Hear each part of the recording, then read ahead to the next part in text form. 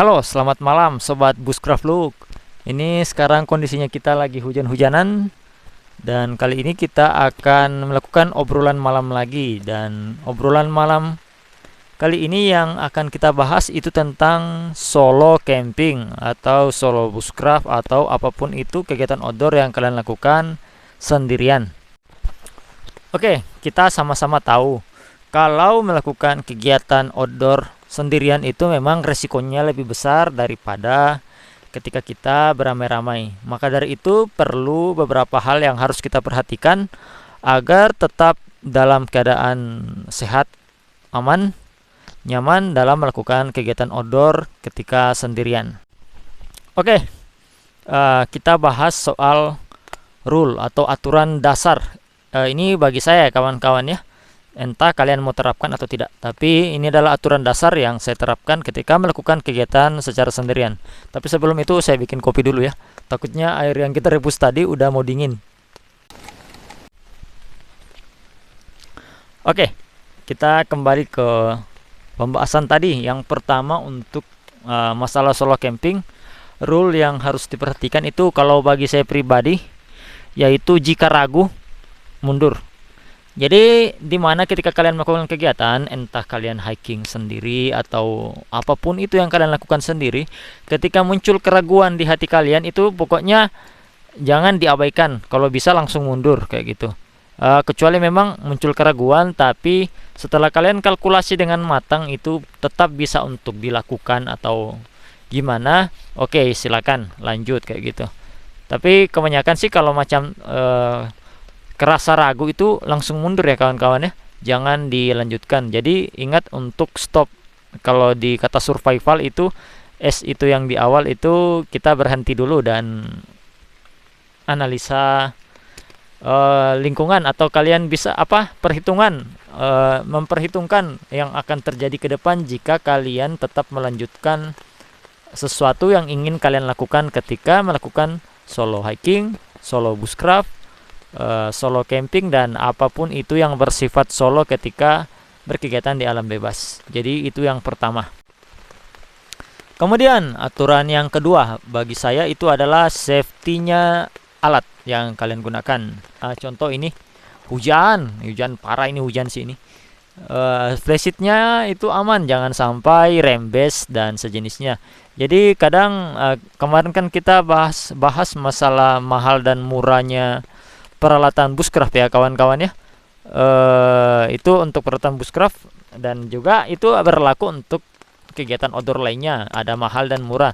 Mahal murah itu terserah, tapi yang diperhatikan adalah safety-nya, di mana peralatan yang kalian bawa itu bisa melakukan tugas minimal kayak begitu. Contoh tugas minimal dari flashlight yang harus dipenuhi oleh flashlight adalah tidak bocor, tidak rembes. Itu yang pertama harus dipenuhi oleh sebuah flashlight. Anggaplah kalau kita pakai flashlight, karena kapan itu flashlight rembes atau bocor, maka kalian cilaka. Jadi kira-kira seperti itu. Kalau di sini apa istilahnya? Cilaka 13. Wah, cilaka 13, cilaka 12. Nah, kira-kira seperti itu. Jadi jangan sampai benda-benda yang kalian bawa itu gagal memenuhi fungsinya ketika memang benar-benar dibutuhkan. Jadi safety dari alat kayak begitu. Kemudian safety dari kondisi kita sendiri kayak gitu ya. Kalau solo itu jangan kayak contoh besok mau solo camping, aduh begadang sampai jam 5 pagi. Habis itu tiba-tiba gas pergi sendiri. Aduh, itu bahaya. Itu bahaya ya kawan-kawan ya. Jadi saya sih kalau memang melakukan solo camping, kadang ada beberapa kali saya tunda karena keteledoran saya di mana malam hari itu begadang kayak gitu. Jadi biasanya kalau saya mau pergi solo camping itu memang dari jam-jam 9 itu sudah tidur ya saya ya. Jadi besok paginya bangun bugar dan aman kayak begitu. Kemudian hal lain, safety dari diri sendiri, jangan bergerak di malam hari. Jika kalian melakukan solo, minimalisir seminimal mungkin menghindari bergerak di malam hari. Jadi kalian bergerak itu di siang hari, kalau bisa pagi udah jalan kayak begitu. kecuali sih memang itu area ramai, area orang lewat malam hari banyak, maksudnya ada pendaki lain dan sejenisnya, maka lakukan. Kalau tidak, ya jangan. Apalagi kalau jalurnya itu agak tertutup. Itu bisa bikin kalian ini ya, tambah nyasar ya. Bisa nyasar itu kalau hal-hal seperti itu. Kemudian kondisi-kondisi tertentu ketika solo camping lagi jalan tiba-tiba berkabut, ya jangan dipaksa kalau kita lagi solo. Beda kalau ada teman, bisa tukar pikiran, bang ini gimana, kita lanjut atau tidak, oh ya kita pakai gini gini gini, jadi bisa saling mengawasi. Tapi kalau sendiri itu seperti biasa, kita bertanggung jawab dengan diri kita sendiri. Jadi kalau mendapati kondisi-kondisi yang tidak memungkinkan, ya mending kayak contoh kalau berkabut ya stop dulu aja. Kalau memang ini stop, ya udah minum kopi, bangun bivak dulu, naikin flysheet, ya tidak ada masalah kayak gitu. Karena yang paling penting itu yang dijaga ketika kita melakukan perjalanan solo, ya itu diri kita sendiri kayak gitu. Dimana jangan sampai karena kita mengabaikan hal-hal safety yang bersifat dari lingkungan, akhirnya kita celaka kayak begitu. Kemudian ya hal-hal standar ketika di camp, kayak lihat area pohon di atas ada tidak dahan-dahan yang mau jatuh, kayak gitu. Karena biasanya sih kalau kita dengan kawan-kawan rame-rame itu memang biasanya pasti ada yang mengingatkan. Jadi segala sesuatu kita harus ingatkan ke diri kita sendiri. Oh iya, perhatikan ini. Oh iya, perhatikan itu. Kira-kira seperti itu jika kita melakukan solo camping. Kemudian masih soal lingkungan, ketika kalian melakukan solo kan sekarang kita ini sudah di era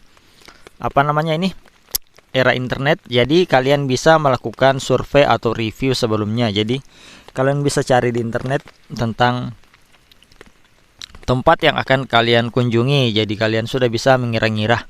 Jadi itu juga salah satu bagian dari yang bisa saya lakukan sebelum melakukan solo camp, solo bushcraft, atau apapun itu yang solo-solo yang dimana saya itu sendiri ketika melakukan kegiatan tersebut. Lalu faktor-faktor lingkungan lain kayak banjir, ada longsor, atau apapun itu di daerah yang kita tuju masih dalam perjalanan, ya kalau memang tidak bisa jangan pernah dipaksakan kalau melakukan solo. Kalau bisa ya mundur ketika hal-hal seperti itu terjadi. Kemudian apakah solo camping itu lebih baik daripada grup camping? Tidak ya, ada juga yang bilang grup camping lebih baik dari solo camping. Saya rasa masing-masing itu punya sisi positif dan negatif. Contoh kalau kita camp dalam grup, maksudnya kalian bisa lihat kecelakaan-kecelakaan yang menyebabkan hilangnya nyawa dan sejenisnya itu tidak terjadi hanya ketika solo, tapi di grup camping juga terjadi hal yang sama kayak begitu. Dan itu memang masing-masing dari diri kita itu pertama harus sadar bahwa kita bertanggung jawab untuk diri kita masing-masing, bukan tim SAR yang bertanggung jawab untuk diri kita, bukan kawan kita yang di belakang. Pokoknya kita harus bertanggung jawab untuk diri kita masing-masing. Jadi kita punya langkah preventif kayak begitu. Karena kembali lagi, memang pada dasarnya yang bertanggung jawab untuk diri sendiri itu adalah kita sendiri ya kawan-kawannya. Jadi biasanya itu dilimpahkan ke orang lain, jangan kayak gitu. Kira-kira seperti itu. Nah, dalam camping yang grup itu, kadang kan kita ini laki-laki, apalagi kalau laki-laki itu punya gengsinya tinggi ya kawan-kawannya. Saya sendiri sih juga seperti itu ya. Lumayan tinggi gengsinya kita kalau kita lagi camp group itu kan jalan cepet-cepatan kayak gitu. Nggak mau tertinggal kayak begitu. Jadi biasanya itu fisik diforsir saja kayak begitu. Jadi biasanya ada teman yang memang tidak bilang kondisinya seperti apa atau bagaimana, dan ya dia memaksakan diri kayak begitu. Atau ada juga di mana leader dari grup camping tersebut mengambil keputusan yang salah, sehingga teman-teman yang mengikuti keputusan yang dibuat oleh leader tersebut akhirnya juga mendapatkan konsekuensi dari keputusan seorang leader kayak gitu. Jadi ketika leader salah mengambil keputusan, kayak contoh, wah ini terus atau tinggal dulu di sini nih karena keadaan gini gini gini gini. Leader, kita tetap naik terus terus pokoknya hajar kayak gitu. Akhirnya terjadi hal yang tidak diinginkan kayak begitu karena meremehkan alam. Jadi kadang ketika dalam grup mungkin yang lain itu sudah menjaga diri sendiri, tapi karena arahan-arahan atau instruksi-instruksi yang menyesatkan, akhirnya terjadi hal yang tidak diinginkan.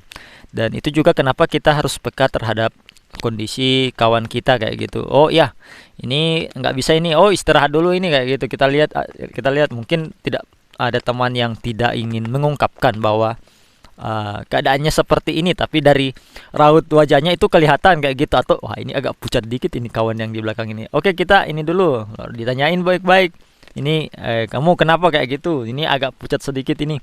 Ngopi dulu atau apa dulu kayak gitu, makan dulu, kasih hangat badan dulu dan sejenisnya. Dan itu kalau macam hal-hal yang mungkin bisa saja terjadi atau kelemahan ketika camping dalam atau hiking dalam grup kayak begitu. Apalagi orang bilang sih ketika kita naik gunung itu maka watak seseorang itu akan terlihat ya kawan-kawan ya.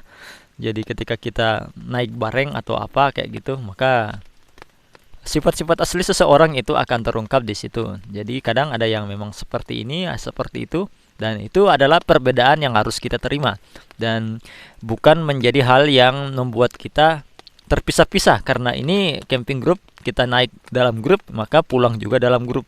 Jangan sampai terjadi hal yang tidak diinginkan. Yang ada ya yang naik 5 turun tinggal 3 kayak gitu, aduh bahaya.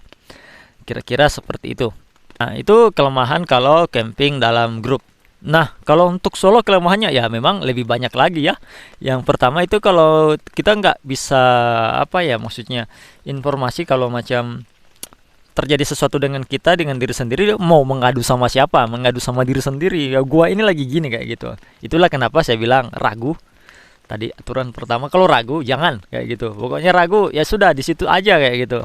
Anggaplah contoh ini saya sedang mau ke -3 ini. Anggaplah besok dan kondisinya masih hujan dan apa, dan memang tidak bisa saya lakukan. Ya, saya tidak akan memaksakan diri karena nyawa itu lebih berharga ya kawan-kawan ya. Jangan sampai saya kenapa-kenapa. Nah kayak gitu. Itu kalau untuk solo. Kemudian yang kedua, kadang di solo itu jika terjadi hal-hal yang tidak diinginkan. Contohnya kayak gini, ketindih pohon lewat, kita ketindih pohon itu nggak ada yang lihat kawan-kawan. Itu sebenarnya yang saya jaga. Itulah kenapa kita harus ekstra hati-hati ketika melakukan solo camping. Atau apa, kegigit ular, ular berbisa, wah itu nggak ada yang lihat. Atau apa, jatuh kayak begitu, jatuh akhirnya ini satu engsel patah atau gimana. Aduh, itu adalah hal-hal yang berbahaya ketika kita melakukan kegiatan secara solo. Atau apalagi risiko-risiko yang ada. Contoh, itu kalian nggak lihat, entah kalau di Sulawesi sih nggak ada ya. Di Sulawesi itu paling ini ular sawah yang ada, itu ular piton tiba-tiba lewat dililit kayak gitu. Kalau di kalian di Sumatera atau di mana di Kalimantan mungkin ya macan, atau harimau Sumatera, anggaplah ya kawan-kawan yang mungkin di Sumatera sendirian kayak gitu di tengah hutan, tiba-tiba dilompatin dari belakang, ya selesai kayak gitu kan. Jadi itu adalah hal-hal yang membuat solo camping itu berbahaya. Jadi ya memang sama-sama ada resiko dan sama-sama punya kelebihan. Di solo camping itu kita independen, jadi kita mengontrol diri sendiri, kita mengetahui batasan diri sendiri. Nah makanya kembali lagi ke pasal 1 tadi, kalau ragu jangan kayak gitu. Pokoknya ragu jangan, itu kalau saya pribadi kayak gitu. Pokoknya kalau saya merasakan keraguan untuk tindakan yang ingin saya ambil, saya tidak melakukan hal tersebut. Nah, itu, angin. Kita tunggu lewat dulu anginnya. Jadi kira-kira seperti itu untuk solo camping. Jadi memang banyak hal-hal yang bisa terjadi ketika kita melakukan kegiatan di luar ruangan kayak begitu. Oke kawan-kawan, ini udah agak malam. Kayaknya saya akan lanjut untuk tidur. Angin juga semakin semakin ribut kayak gitu. Dan untungnya hujan sudah berhenti ya. Dari tadi hujan terus kawan-kawan. Dan saya masih di Bukit Country. Semoga besok kita bisa lanjut ke -3. Oke kawan-kawan.